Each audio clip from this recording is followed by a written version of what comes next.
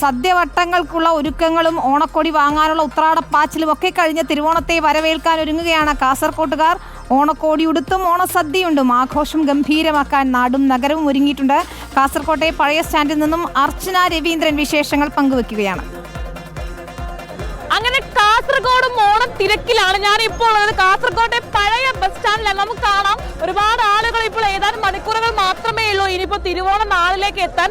അതുകൊണ്ട് തന്നെ ഒരുപാട് ആളുകൾ ഇവിടെ സാധനം മേടിക്കാനും പൂക്കളം വാങ്ങാനും ഒക്കെ ആയിട്ട് ഒരുപാട് ആളുകൾ നമുക്ക് ഇവിടെ കാണാം. ഇവിടെ ജമന്തി പൂക്കളുണ്ട്, അതുപോലെ മല്ലികയുണ്ട്, നിരവധി പൂക്കളാണ് ഇപ്പോൾ നിരത്തിലുള്ളത്. നമുക്ക് കാണാം. ചേട്ടാ, എങ്ങനെയുണ്ട് ഓണമൊക്കെ? എങ്ങനെയുണ്ട്? അടിപൊളിയാണ് ഓണം. പിന്നെ ഇപ്പൊ കാണുന്നുണ്ടല്ലോ കാസർഗോഡ് ഒരു ഉത്സവം പോലെ തന്നെയാണ് ഇപ്പോൾ ഓണം ആഘോഷിക്കുന്നത്. ഇവിടെ ഇപ്പോൾ എല്ലാ മത സൗഹാർദ്ദത്തിലൂടെയാണ് ഇപ്പോൾ കാസർഗോഡിൻ്റെ യാത്ര. എല്ലാ മതക്കാരും ഇപ്പോൾ നമുക്ക് കാണുന്നുണ്ടല്ലോ ഇവിടെ പൂവും മറ്റു ഡ്രസ്സും കാര്യങ്ങളും. വില കുറഞ്ഞതാണോ അല്ലെ കൂടിയതാണോ അതറിയില്ല. ഇപ്പൊ ഞാൻ ദുബൈയിൽ നിന്ന് അതുകൊണ്ട് പുതിയ ഓണക്കോടിയൊക്കെ മേടിച്ചു. എന്താ അവസ്ഥ? ഓണക്കോടി വാങ്ങിച്ചു. പിന്നെ നമ്മുടെ മുസ്ലിങ്ങളുടെ നബിദിനം കൂടി വരുന്നതുകൊണ്ട് ഒരുമിച്ചിട്ടുള്ള ഡ്രസ്സിങ് ആണ് ഇപ്പോൾ ചെയ്തിട്ടുള്ളത് എല്ലാവർക്കും. അപ്പോൾ നിങ്ങൾക്ക് കാണാൻ പറ്റുന്ന 2 ദിവസവും കൂടിയിട്ടുള്ള ഒരു പരിപാടിയാണ്. ഇപ്പോൾ അത്രയും ജനക്കൂട്ടയുടെ കാണാൻ പറ്റുന്നത്. വളരെ സന്തോഷം. എന്തായാലും ഓണത്തിരക്കിൽ തന്നെയാണ് കാസർഗോഡ് നഗരം. ഒരുപാട് ആളുകൾ ഇപ്പോൾ ഈ ഒരു സമയത്തും രാത്രി ഏകദേശം 10 മണി കഴിഞ്ഞിട്ടുണ്ട്. അതുകൊണ്ട് തന്നെ ഒരുപാട് ആളുകൾ ഈ സമയത്ത് നമുക്ക് ഈ ഒരു ദൃശ്യങ്ങളിൽ കാണാം.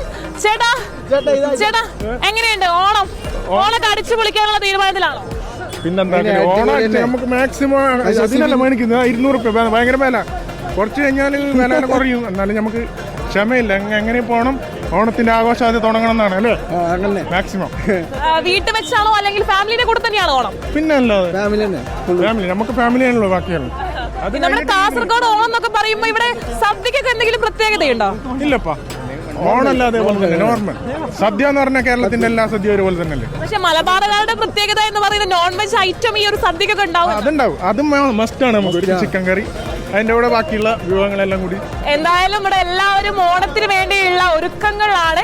എന്തായാലും ഈ കാണുന്നത് പോലെ തന്നെ പൂക്കളമായാലും അല്ലെങ്കിൽ കടകളിലായാലും തിരക്ക് തന്നെയാണ്. മാർക്കറ്റുകളിലായാലും വലിയ രീതിയിലുള്ള തിരക്ക് തന്നെയാണ് അനുഭവപ്പെടുന്നത്. ടെക്സ്റ്റൈൽസിലായാലും നമുക്ക് കാണാം, ദൃശ്യങ്ങളിലേക്കാവും. ടെക്സ്റ്റൈൽസിലായാലും സാധനങ്ങൾക്കടക്കം അല്ലെങ്കിൽ വസ്ത്രങ്ങൾക്കടക്കം വില കുറഞ്ഞ ബോർഡുകളടക്കം നമുക്ക് ഈ ഒരു ദൃശ്യങ്ങളിൽ കാണുന്നുണ്ട്. കാസർഗോഡിന്റെ പ്രത്യേകത എന്ന് തന്നെ പറയുന്നത് ഈ ഒരു പുതിയ വസ്ത്രങ്ങൾ, അതായത് പുതിയ ട്രെൻഡിങ്സിലുള്ള വസ്ത്രങ്ങൾ ധരിക്കുക അല്ലെങ്കിൽ വൈവിധ്യങ്ങളായ വസ്ത്രങ്ങളിൽ ഒരു ആകാംക്ഷ പ്രകടിപ്പിക്കുന്ന ആളുകളാണ് കാസർഗോഡ് പ്രത്യേകിച്ചും. എന്തായാലും ഓണത്തിന് വേണ്ടിയുള്ള വരവേൽപ്പിൽ തന്നെയാണ് ഈ ഒരു കാസർഗോഡ് നഗരവും.